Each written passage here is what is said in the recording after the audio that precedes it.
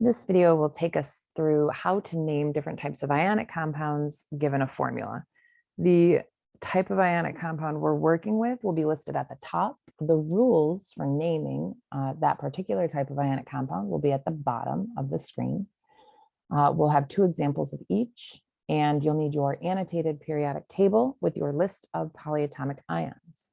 Now, this video is very specifically made for one specific chemistry class in Ann Arbor. So if you're watching this from somewhere else, you may not be allowed to use your periodic table or have a list of polyatomic ions. So just remember that this is made for a specific set of classroom expectations.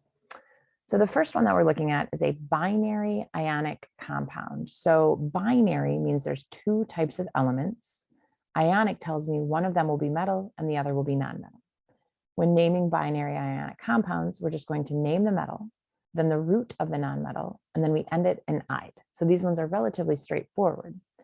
So the first example is Na2S. So first we name the metal. So Na is sodium. Then we name the root of the non-metal. S is sulfur and the root is sulf. Then we end it with "ide." Very straightforward. The next example is Al2O3. So first we name the metal. Al is aluminum. Then we name the root of the nonmetal. O is oxygen, the root is ox. And then we add "ide" to the end. Very straightforward. In our next example, we are going to look at binary ionic compounds. So still two element ionic compounds. So two elements, one metal, one nonmetal. But this time our metal is a transition metal. And this one is not as straightforward. We have to do a couple of extra steps to get there. So when we name transition metals, we are going to name the metal, just like we did in the previous example. But this time we have to include the charge of our transition metal as a Roman numeral, because remember, the transition metals can have multiple different charges. Once we've named that, we can then, again, name the root of the nonmetal and end it in "ide." So the only additional step here that we're going to be doing is listing the charge of the metal as a Roman numeral. So let's go ahead and get into our first example. So the first example is going to be FeF3. So we have to learn first to kind of recognize where the transition metals are. So we've only been working with a few of them in this class, so it should be pretty easy, should kind of jog your memory. So we know Fe is iron, and we know that iron can have a charge of either a +2 or a +3. So we have to figure out what that charge is going to be. Now there's only going to be one of them here. So it's plus something, and there's just going to be one. Now fluorine always comes with a charge of -1, and there's 3 of them. So I know fluorine will be bringing 3 -1 charges to the table for an overall charge of -3 from our fluorine. So if we're thinking about our possible charges for iron, iron can either be a +2 or a +3. According to my chemical formula, there's only one of them. So if I need to fill a number in here that will create a neutral compound with fluorine's -3, it must be a +3. So this tells me that I am dealing with the +3 iron ion. So we can go ahead and name this now. So again, the first step is to name the metal, which is iron. The second new step is to, in parentheses, list the Roman numeral. Then we name the root of the nonmetal. So fluorine, the root is fluor, and then we end it with "ide."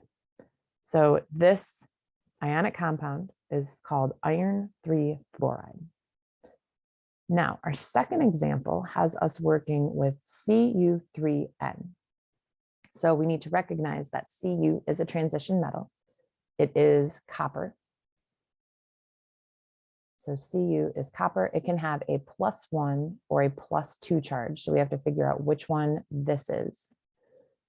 And according to our problem, we have 3 of those. So our copper is going to bring 3 positive charges. We just don't know what those charges are going to be yet. Will they be a +1? Will they be a +2? Well, it all depends on what our 1 nitrogen ion brings to the table. So if we look at our periodic table, nitrogen is always a -3. So whatever goes in this question mark, either a +1 or a +2, needs to create a neutral ionic compound with the nitrogen. So there's 3 coppers, which is why I have 3 mystery plus signs, 1 nitrogen, which is why I have a 1 -3. The only way this works is if each one of these is a +1 ion. So if they were all +1s, +1, +1, +1, that would give me a total of +3, which would create a neutral compound with my nitrogen. Just to reiterate, these values come from our annotated periodic table. We have learned that copper can either be a +1 or a +2. So for this particular compound, it must be the +1 copper. So now we're ready to name again. So the first step is to list the metal name, copper, followed by, in Roman numerals, the charge of that copper. So it's just 1, Roman numeral 1, followed by the root of the nonmetal. So it's nitrogen. The root is nitr, and then we end it with "ide." So this compound is called copper 1 nitride. So we're ready to go ahead to our next set of examples. So here we're going to be working with polyionic compounds. How do I know it's a polyionic compound? That test is relatively simple. Look at the formula. If you have more than 2 element symbols, it is a polyionic compound. So here I have 1, 2, 3 element symbols. It can't be binary because binary implies 2. So we must be working with polyatomic ions. Here we have 1, 2, 3, must be a polyatomic ion. Naming polyatomic ions in ionic compounds are relatively straightforward. So first we're going to name the metal, and then we're going to name the polyatomic ion. Now, again, if you're in my class, you have a list of polyatomic ions. So this one really is pretty simple. So example 1, K2SO4. The K is potassium, that's my metal. The SO4 is a polyatomic ion called sulfate. That's the name, potassium sulfate. Second example, we have Zn, and then in parentheses, ClO3. We know it's a polyatomic ion. So this will create a polyionic compound. The metal is zinc. Now remember, even though zinc is in the transition metals section, it only has the +2 charge. So since it can't have multiple charges, we don't have to include a Roman numeral. So the metal name is zinc. That polyatomic ion, ClO3, is called chlorate. We find that on our list of polyatomic ions, and that's it. That's the name. So this formula stands for zinc chlorate.